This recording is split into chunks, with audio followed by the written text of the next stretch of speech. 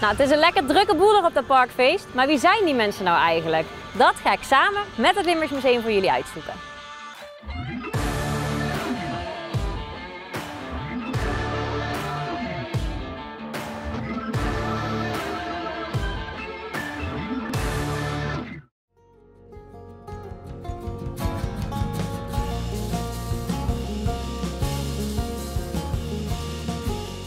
Mijn ouders zijn allebei muzikanten.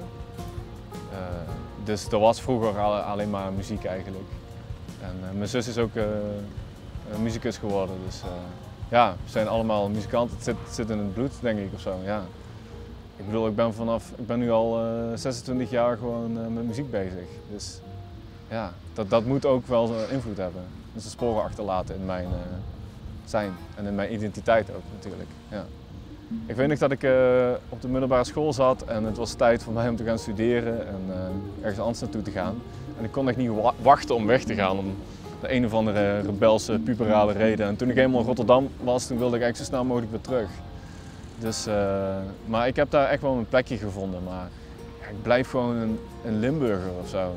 Ja, ik bedoel een Venlonaar, maar ook echt een Limburger. Als ik hier door de provincie rijd, dan voel ik me gewoon, dat vind ik heerlijk. Ja, dan voel ik me gewoon thuis. Of in Venlo of door de stad loop, of ergens een biertje zitten drinken. Ja, dat is mijn thuis. Ja.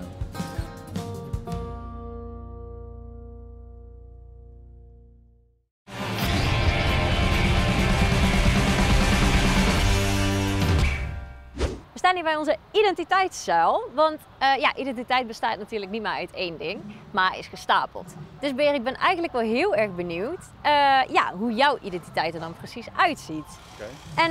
En misschien kunnen we hier bij deze wel beginnen, want we hebben het net al kort over gehad, over de taal. Je mag lekker draaien, Ja. Kiezen wat bij jou past.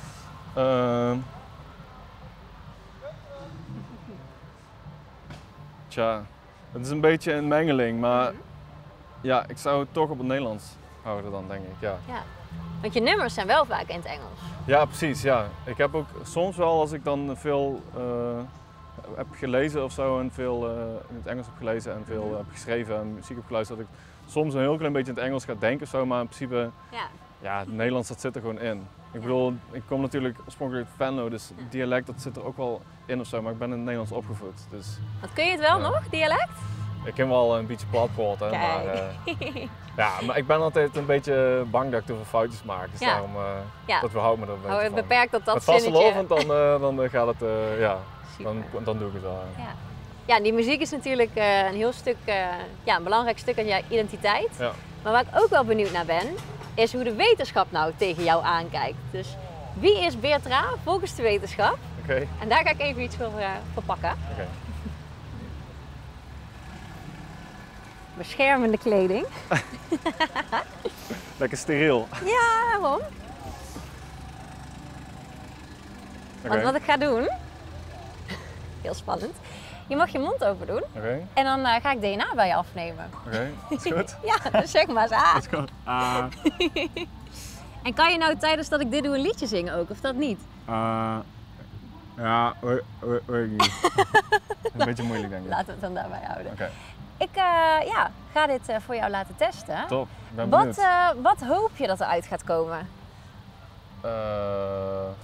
Of waar ben je benieuwd naar? Ja, ik ben gewoon, kijk, ik zie er natuurlijk best wel, ik ben behoorlijk licht.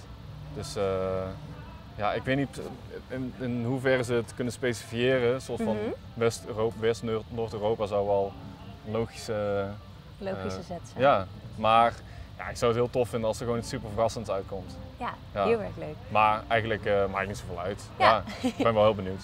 Ja, ik ben ook heel erg benieuwd. En als jij nou ook heel erg benieuwd bent naar het DNA van Beertra, dan moet je vooral even komen kijken naar de tentoonstelling DNA van Limburg in het Limburgs Museum. Want daar komt het te hangen, daar kun je het gaan zien.